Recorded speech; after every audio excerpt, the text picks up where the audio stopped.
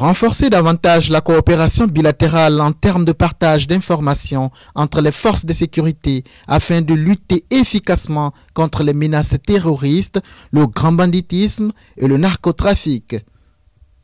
Paris et Abidjan se donnent la main. Donc nous avons travaillé sur un certain nombre d'informations, sur l'anticipation à avoir, et nous allons renforcer la coopération avec des experts français qui vont venir apporter une contribution à nos forces, afin que ces forces-là aient une capacité de veille, d'abord au niveau du renseignement, et une capacité de réaction en cas de situation particulière.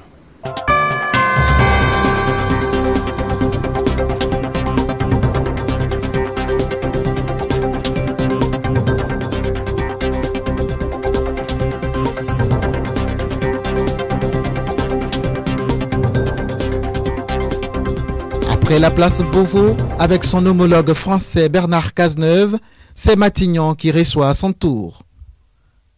L'actuel locataire Manuel Valls, après avoir encouragé cette démarche, annonce à Ahmed Bakayoko les couleurs de sa prochaine visite en Côte d'Ivoire. Il nous a encouragé, il nous a annoncé bientôt aussi son idée de revenir en Côte d'Ivoire avec une délégation importante d'autorités françaises et d'hommes d'affaires français pour redynamiser les relations commerciales, économiques et politiques que nous avons de grande tradition.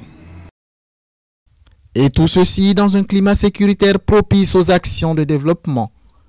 Nommé depuis juin 2011 à la tête du ministère de l'Intérieur de Côte d'Ivoire, l'indice de sécurité est aujourd'hui en nette amélioration selon l'Organisation des Nations Unies.